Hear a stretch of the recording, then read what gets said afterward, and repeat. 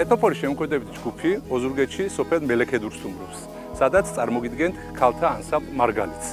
ანსამბლი სულ რამდენიმე წლის წინ თბილისში შეიქმნა და მათი სამოღვაწეო არეალი ძირითადად დედაქალაქს წარმოადგენს. მიუხედავად ცოტა დროისა, მათ მოახერხეს და რამდენიმე აუდიო ალბომი გამოსცეს, ასევე სხვადასხვა რეგიონში სოლო კონცერტები გამართეს. ანსამბლი ერთიანობაში და ინდივიდუალურად ნამდვილ მარგალიტებს წარმოადგენს. მათი უნიკალურობა მდგომარეობს იმაში, რომ ერთნაირი სიდიადით ასრულებენ როგორც ქართულ ხალხურ სიმღერებს, ასევე ქართულ ტრადიციულ საგალობლებს, საავტორო სიმღერებს და ქალაქური ფოლკლორის ნიმუშებს. თუ რას ასრულებენ და როგორ, ამას ამ გადაცემაში მოისმენთ. ოზურგეთი, ქალთა ანსამბლი მარგალიტი, ხელმძღვანელები ნატალია ივანიშვილი და ნათია ბედენაშვილი.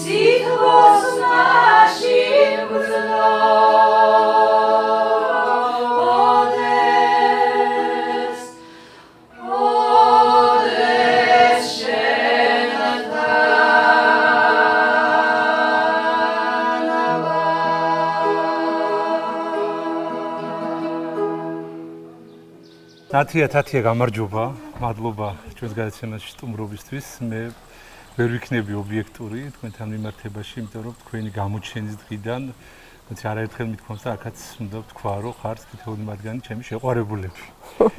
თქვენი ხმა და რა ვიცი, თქვენი ყველა ბგერა არის ჩემთვის ძალიან მნიშვნელოვანი. ნათია, შენ რო გვითხრა და შენ გარო დავიწყოთ. მარგალიტი. როდის გაჩნდა მარგალიტი? და რატომ დადგა დღის წესრიგში მარგალიტის სახელი და რამდენი წელია რაც ერთად ვართ? პირველ რიგში დიდი მადლობა რომ მოგვიწვია გადაცემაში. მარგალიტის რატო დადგა დღის წესრიგში და ალბათ ახლებურად დავინახეთ საჭიროებები გარკვეული და ამიტომაც დავაფუძნეთ 5 წლის წინ მარგალიტი. თუმცა იქამდე ჩვენ თითქმის 10 წელიწადი ერთად ვმღეროდით და ესე გამოვიდა, რა ვიცი, საბოლოოდ და ძალიან მადლიერები ვარ პრინციპში ამ ცვლილებისთვისაც, იმიტომ რომ რაღაცები ნამდვილად ახლებურად ჟღერს ჩვენგან. რატომ მარგალიტი? ამაზე თათია ჩემს უკეთესად იტყვის. თათია, ამის იდეის ავტორი? შეესწრო ამ ამბავს, სადაც დაიბადა იდეა ამ სახელის. ხო, იდეის ავტორად ვერ გავფორმდები, მაგრამ იცი რა არის, ვფიქრობდით რა უნდა შეგვერჩია სახელი, რა თქმა უნდა, ძალიან ბევრს ვფიქრობდით, მეგობრებს ვეკითხებოდით რჩევის სახით. ერთ-ერთ მსახურებაზე ჩვენ ვიყავით ზედაზენზე. მოგხსენება ყოველ 2 თებერვალს არის წმინდა ექვთიმე აღსარებელის ხსენება, სადაც მისი საფლავი არის და ავდივართ ხოლმე ყოველ 2 თებერვალს საოცრება ზედაზენი, გვესწრებით ხოლმე მსახურებას და ვიყავით მე, ნატალია და ნინო. სამნი ვიყავით მარგალიტიდან, მაშინ მარგალიტი არ გვერქვა. გთხოვეს რომ ჩვენს გვეგალობა რამე და ვიგალობეთ ექვთიმე აღსარებელის ტროპარი. ჩვენი მეგობარი ლუარსაბი იყო ტოგონიძე იქ, რომელმაც იცოდა რომ რაღაც სახელის ძებნაში ვიყავით და როგორც ჩანს იქ აი რაღაც მარგალიტნი მრავალსასყიდლისანი როგორც კი გავიგეო, ვიფიქრეო რომ ძალიან მოგიხდებოდათ ეს სახელიო და ჩვენი სახელი პირველ რიგში უკავშირდება წმინდა ექვთიმე კერესელიძეს, იმიტომ რომ ის თავის ნაშრომებს, რომელიც გადაქონდა, ხო, ნოტებს მშვენივრად წერდა და ულამაზესი კალიგრაფია ქონდა, გადაქონდა ეს ნოტები ყვავილებით ამშვენებდა და ყველა მისი გადაწერილი ნოტები არის გამშვენებული და თან ერთ-ერთ მის ჩანაწერებში ისე ამბობს, რომ ვინ მომცაო მე ამის უფლებაო, რომ ამ მარგალიტებში ხელს ურევო. კი, ზუსტად და ერთ-ერთი ყვავილიც ავიღეთ წმინდა ექვთიმე აღსარებლის გამშვენებული ნოტების კრებულიდან, რომელიც მე ლოგოთ დავიტოვეთ და ესე შეგვჭა სახელი მარგალიტი და მე ვფიქრობ, გარდა იმისა, რომ გვიხდება ძალიან ლამაზი სახელია. მარგალიტნი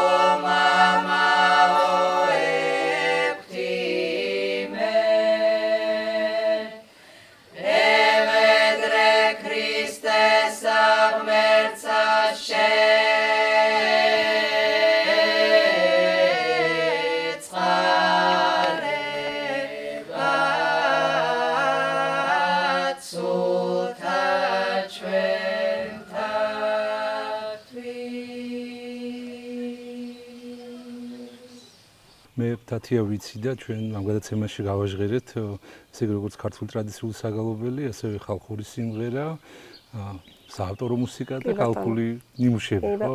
რა არის, რაც ასე ერთიანად, ძალიან ცოტა შემთხვევაა, ხო, რომ ანსამბლი ერთნაირად კარგად ასრულებდეს აი ამ ყველაფერს. რა არის თქვენი აზრით ამის მიზეზი ან ალბათ ამის ბრალია ყველაფერი. ვიცი რა, ჩვენამდეც ეგრე იყო ალბათ გარკვეულწილად. შეიძლება კი. ჯერ ერთი ვფიქრობ, რომ ძალიან გაგვიმართლა, იმიტომ რომ მე მართლა იშვიათად აი შევსწრები ვარ ეგეთ შემადგენლობას ანსამბლისას, რომელსაც აი ვერც კი გამოარჩევ და იტყვი, რომ ყველა ინდივიდუალური მომღერალია. ეგ ძალიან დიდი იშვიათობა არის. რამოდენიმე მამაკაცთა ანსამბლი არის ეგეთი, ვისაც შემიძლია ვთქვა, რომ რამოდენიმე ძალიან სერიოზული ინდივიდუალური მომღერალი ყავს. ქალებში ჯერ ისედაც სიმცირე არის ქალთა ანსამბლების და მეორეც არ ვიცი, აი ეგ რაღაცა ჩვენ ეგ მადლი გვერგო, რომ გვაქვს ეს შესაძლებლობები.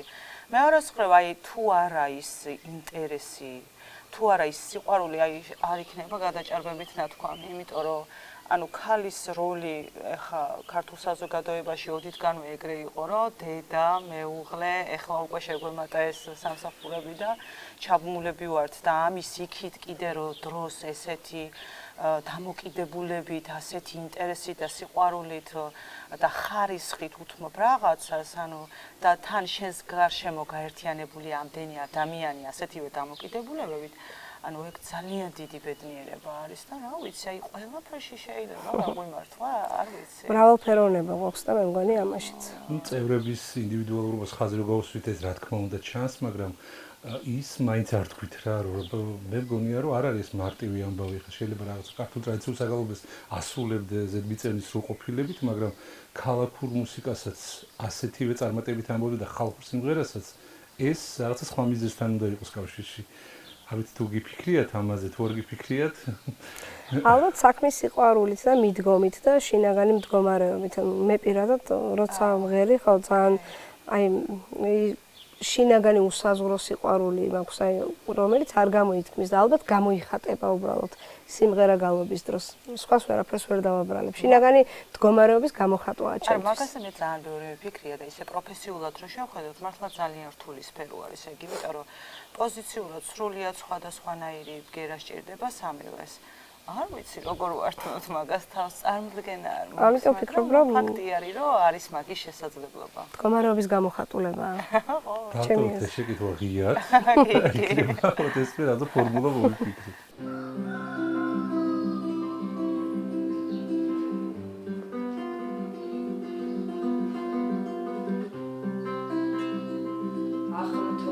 მთვარე დამწვარეთი ვედო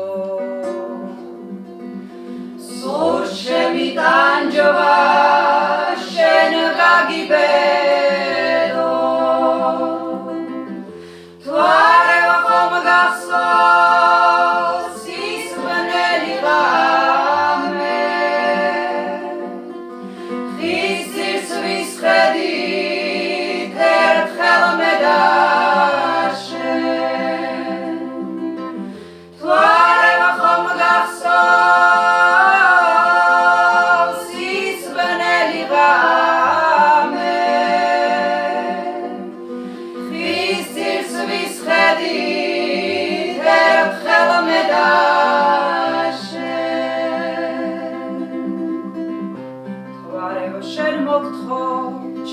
საყარელსა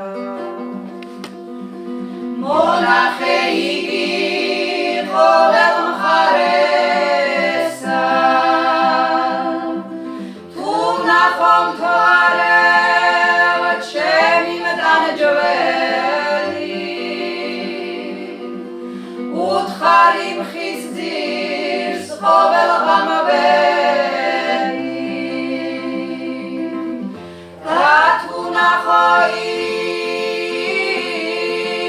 Is ualeresebs chovas Nu garaset quis ul nu gasem chamas Ach mtvare tam zvarti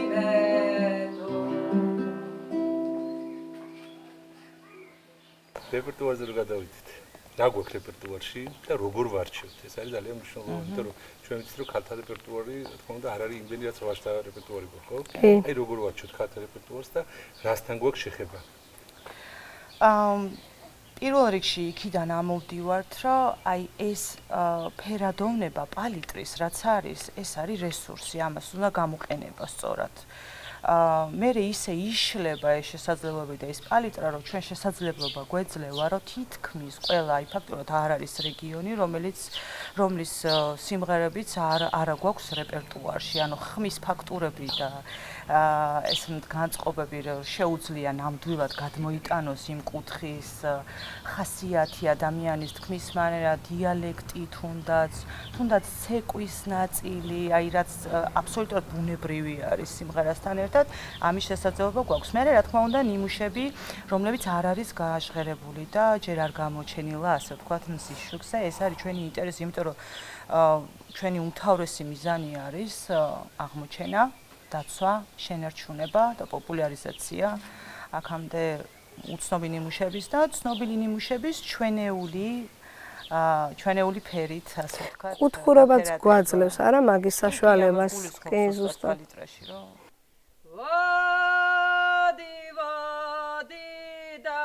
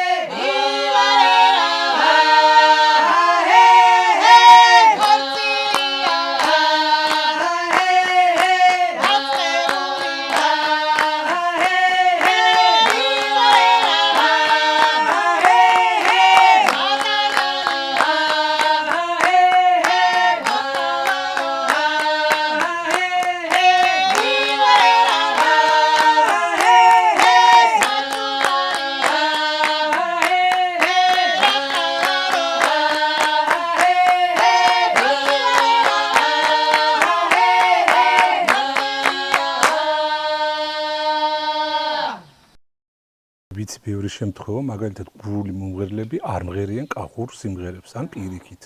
კახური სიმღერის შემსრულებლები არ მღერიან გურულ სიმღერებს.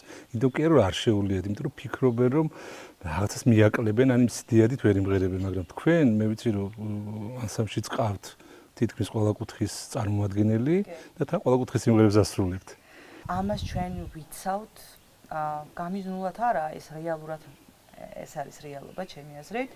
მე ხა გურულებს და დასავლურებს ღერი ჩემი ხმის ფაქტურა ესეთია და ენერგეტიკა არასდროს არ მიფიქრია კახური სიმღერების ვღერა და იგივენაირად სხვა წევრები კულისებს მიღმა ანუ როგორ გიждები და საერთოდ კახური გრალჟემი ერთ დავიწყე მე ფოლკში მოღვაწეობ, მაგრამ ნუ ჩემი ხმა არაფერში ვაში არ არის და ეს ძალიან კარგად მესმის და ვაცნობიერე რომ ჩვენ ყველანი ამას ესეთივე მიდგომა გვაქვს, ანუ რესურსის სწორად გამოყენება არა მარტო ხმის ფაქტორით, არამედ ენერგეტიკაც ახლა კახურ სიმღერას საერთოდ სხვა რა თქვა ის სითბო და არ ვიცი, აი საოცარი ტალღები აქვს ხასიათი აქვს თავისი ტექნიკური ნაწილი, ანუ მელიზმები თავის ადგილას და არა გადამეტებული და არა ისე როგორც არის ხოლმე გადამლაშებული, არამედ რომ ავთენტურად როგორ ჭრევს ხოლმე აი ესე კუთხური ეთერი. ჩემი აზრით ყველა კუთხის წარმომადგენელს, როცა თავის კუთხეს ასრულებს, აბსოლუტური ბუნებრიობა აქვს, რომელსაც ვერ ასწავლი და აი ამას, ეხლა მაგალითად მე როგორც მეგრელი,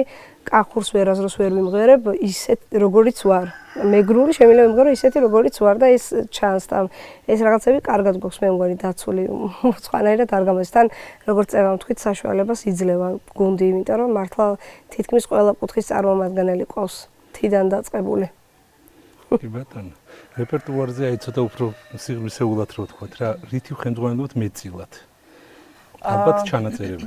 კი, ჩანაწერები არის ჩვენი, ასე ვთქვათ, ამოსავალი წერტილი, იმიტომ რომ მაგაზე კარგად და იმ ადამიანებს, ვინც დღემდე აგრძელებს ამ ტრადიციას ყოფაში და აი აქ ახლა გუშინაც იყო ეგეთი შემთხვევა, რომ უცებ ისეთი სიტყვები თქვა, რომ აი დავიჭირეთ, ან სულ იმით ჩართული დავდივართ ჩანწერით, რომ აი რაღაცა სიტყვის ვიჭერთ რა, აი აქ მაინც სხვანაირია ეს ყველაფერი რა.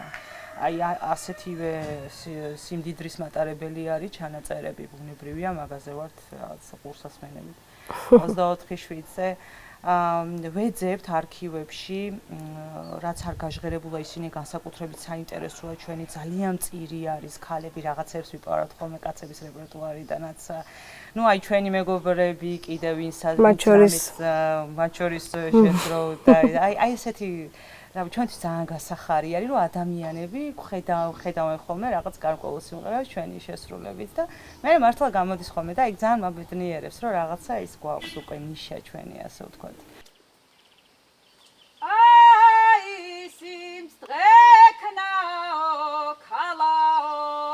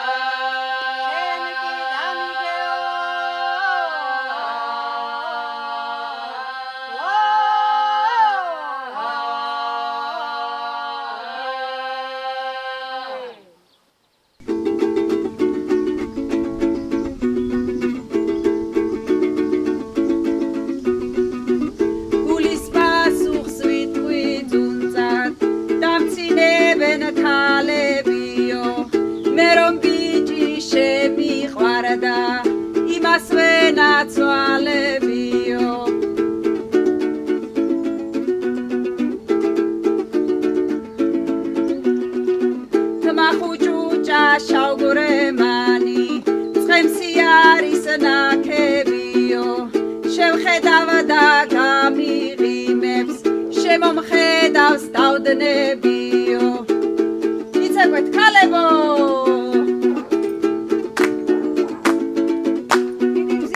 ერთხელ წინ გადამეღობა გზასანათებს სინათლეო ვაკოცე და მეც მაკოცა ასი არის სიმართლეო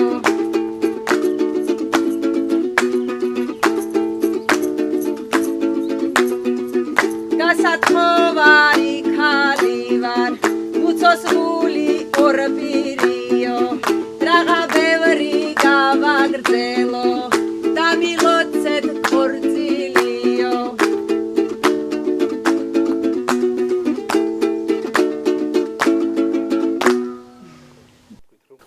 თქვით რომ უშიშებდით ბატონ რაიბულის ხო? ხორებული ჯავანაძის. სად არის უფრო კომფორტულად ძველ ჩანაწერებთან ურთიერთობა თუ აი ეთნოფორებთან? იმიტომ რომ აი საოცარი ადამიანია ხო? საოცარი რესურსის მქონე, ერთი და იგივე სიმღერას რო არ გივღერებს და ერთნაირ ვარიანტებს რო არ გეტყვის. ცოცხალი ურთიერთობა არის ჩემთვის ყოველ შემთხვევაში საერთოდ სხვანაირი.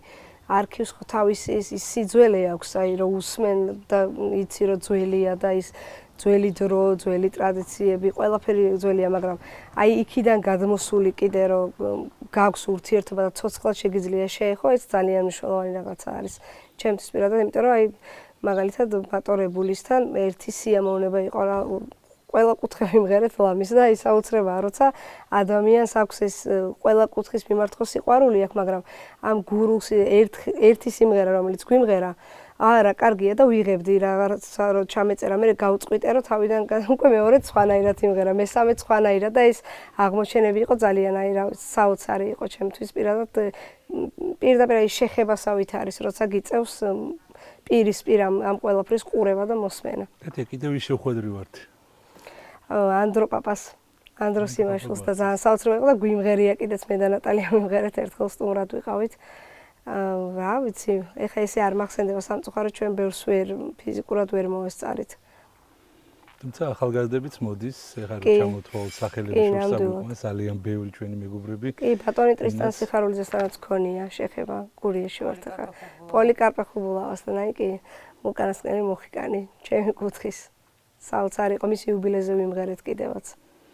2014 წლის დეკემბერი იყო მე სავარაუდოდ კი. სუგდიჩი ვიყავით. კი.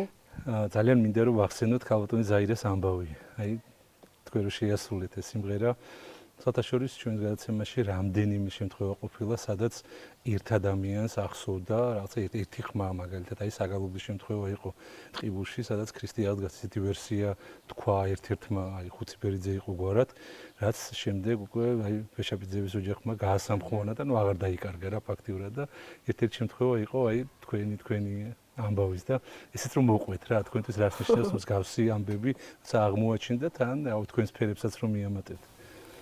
ჯერ აი წარმოუდგენელი სიხარული არის ხოლმე და ისევდაც არის თან ამავდროულად რომ ადამიანი ცალხმაში რომ ღერის, ანუ აი ჯერ ამის მოსმენა ხოლმე ძალიან სევდიანია რომ აი ალბათ რა ესმის ამას და ამას ვერასდროს ვერ გავიგო ჩვენ სინამდვილეში იმისთვის რა ჟღერს. და მე აი ძალიან დიდი ინტერესი რომ აი მიაახლო მაქსიმალურად მას როგორც წარმოედგინა ალბათ არ ვიცი მაგას უბრალოდ ვარაუდობთ ჩვენ და მე ჩვენი გემოვნება აი მაქსიმალურად ვიცავთ წესებს რომელი კუთხიდანაც არის რომ არ გადაუხვიოთ ხაზს აი არ ვიცი რა ძალიან ისეთი სათუთი პროცესი არის რა ძალიან სიფრთხილე არის საჭირო და ამავდროულად ის იმდენად ფრთხილადაც არ უნდა იყო რომ შენი სახე არ წარმოაჩინო ამ სიმღერაში აი ძალიან კომპლექსური ამბავი არის